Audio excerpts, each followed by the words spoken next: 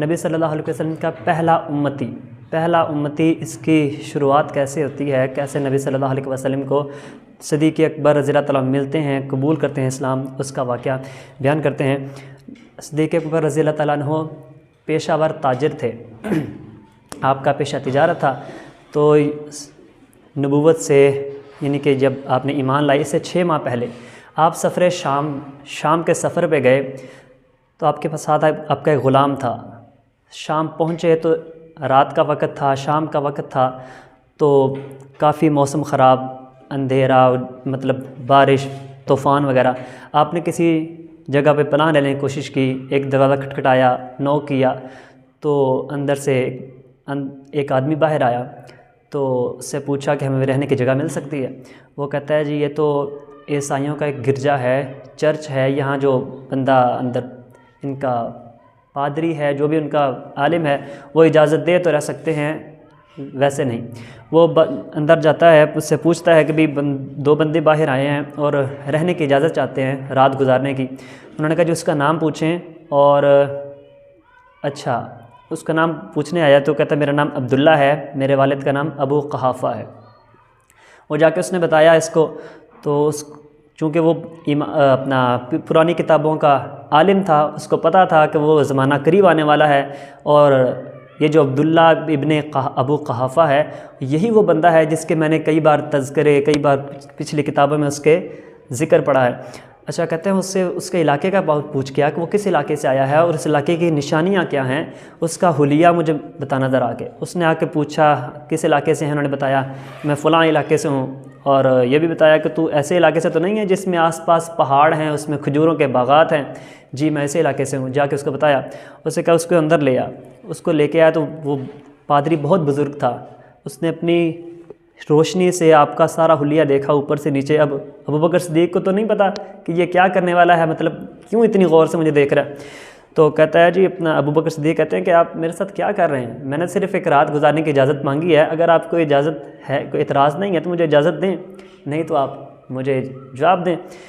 انہوں نے کہا کہ جتنی نشانیاں میں تیرے میں دیکھ چکا ہوں، اب تو میرے آنکھوں کے بھوؤں کے اندر بھی رہ سکتا ہے۔ تیرا جو ذکر ہے میری ان کتابوں میں ہے، جو پچھلی کتابیں آسمانی اتری ہیں، تیرا ذکر اس کے اندر ہے کہ تو آنے والے نبی کا رفیق ہوگا، ساتھی ہوگا۔ اب آپ کو اس بات کا بھی اتنا خاص پتہ نہیں چلا، آپ نے اس کو نظر انداز کر دیا اپنے باتوں میں، اس کی باتوں کو یاد تو رکھا، آپ کے دل میں ایک کھٹکا سا تو بن گیا کہ یہ کس طرح کی بات کہہ رہا ہے۔ پہلی بار بات بندہ سنے تو اس طرح بندے کو محسوس ہوتا ہے۔ اچھا آپ نے وہاں رات گزاری، صبح ہوئی تو اپنا سامان لے کے چلے گئے، تجارت میں کوئی 6 ماہ وہاں گزارے۔ 6 ماہ وہاں گزار کے جب واپس اپنے شہر، اپنے وطن واپس گئے، تو آپ جیسے جیسے اندر انٹر ہو رہے ہیں، اپنے ارد گرد ماحول کو دیکھتے ہیں، ساتھ ساتھ اس پادری کی باتیں یاد آ رہی ہیں کہ اس نے کیا کہا تھا کہ ایسے علاقے سے ہو جہاں آس پاس پہاڑیاں ہیں، جس میں کھجوروں کے باغات ہیں۔ ابھی انٹر ہوتے ہیں تو آگے سے ابو جہل ملتا ہے، کہتا ہے تجھے پتہ ہے ابو کہا اپنا عبداللہ یہاں کیا ہو گیا؟ کہتا ہے نہیں میں تو 6 ماہ سے یہاں ہوں ہی نہیں، مجھے نہیں پتہ یہاں کیا ہو گیا۔ کہتا ہے وہ محمد بن عبداللہ، اس نے نبوت کا اعلان کر دیا۔ کہتے ہیں اچھا، تو میں آیا ہوں تو میں دیکھتا ہوں ابھی اس معاملے میں اس کے بارے میں بھی کوئی بات نہیں کر سکتا۔ آپ کے دل میں وہ آ گیا بات، وہ جو اس نے کہی تھی وہ۔ اچھا آپ نے اپنا سامان رکھا، ریسٹ نہیں کی، ویسے ہی واپس ہو گئے، نبی صلی اللہ علیہ وسلم کی تلاش میں نکل آئے۔ آپ کو نبی صلی اللہ علیہ وسلم اپنے گھر پہ نہیں ملے، شہر میں کہیں نہیں ملے۔ آپ شہر سے باہر آئے تو آپ نبی صلی اللہ علیہ وسلم پہاڑی کی ایک چوٹی پہ بیٹھے ہوتے ہیں، اور نبی صلی اللہ علیہ وسلم جیسے ایک نظر پڑتی ہے تو یہ ایک نبوت کی نظر ہے۔ نبوت کی نظر سے مراد ہے آپ کو پتہ چل جاتا ہے کہ یہ میرا پہلا امتی آ گیا جس نے ابھی ایمان لے کے آنا ہے، اپنی وہ نبوت کی نظر سے دیکھ رہے ہیں۔ آپ نے فرمایا مرحبا، مطلب الفاظ کچھ بھی ہو سکتے ہیں لیکن اس کا مفہوم یہ ہے کہ آؤ اے امتی، یعنی کہ پہلے امتی، آؤ اے مسلمان ہونے والے۔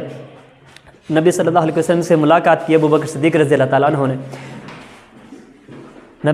ابوبکر صدیق فرماتے ہیں کیا آپ نے کیا اعلان، مطلب کس چیز کا آپ بیان کرتے ہیں؟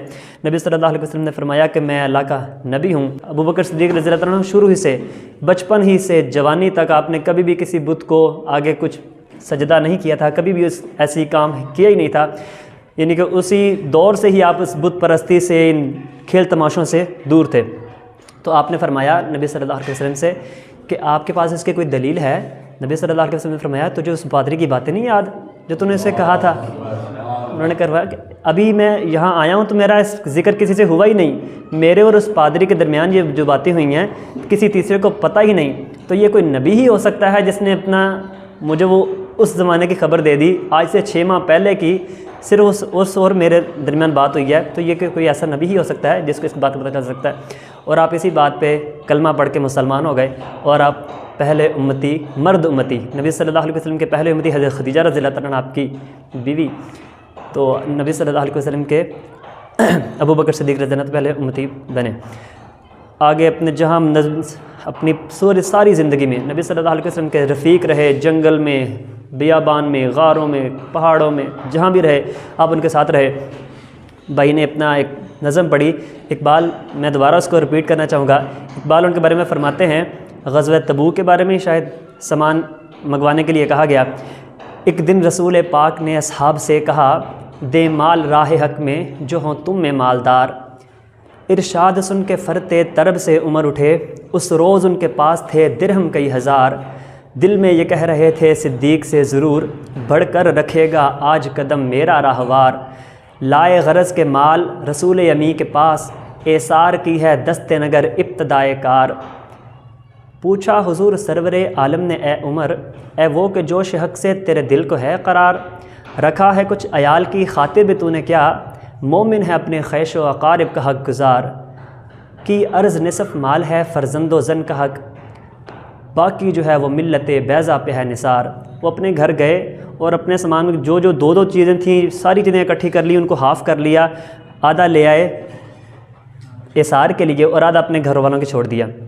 کی عرض نصف مال ہے فرزند و زن کا حق، باقی جو ہے وہ ملت بیضا پہ ہے نثار۔ اتنے میں وہ رفیق نبوت بھی آ گیا، جس سے بنائے عشق و محبت ہے استوار۔ لے آیا اپنے ساتھ وہ مرد وفا سرشت، ہر چیز جس سے چشم جہاں میں ہو اعتبار۔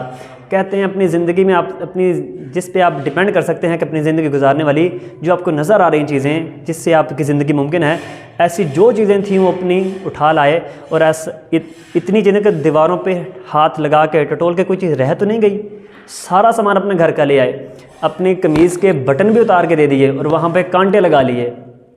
ایسا اثار، ایسی قربانی، لے آیا اپنے ساتھ وہ مرد وفا سرشت، ہر چیز جس سے چشم جہاں میں ہو اعتبار۔ مل کے یمین و درہم و دینار و رخت و جنس، اسپ و قمر سم و شتر قاطر و حمار۔ بولے حضور چاہیے فکر عیال بھی، کہنے لگا وہ عشق و محبت کا رازدار۔ اے تجھ سے دیدہ و ماؤ انجم فروغ گیر، اے تیری ذات باعث تکوین روزگار۔ پروانے کو چراغ ہے بلبل کو پھول بس، صدیق کے لیے ہے خدا کا رسول بس۔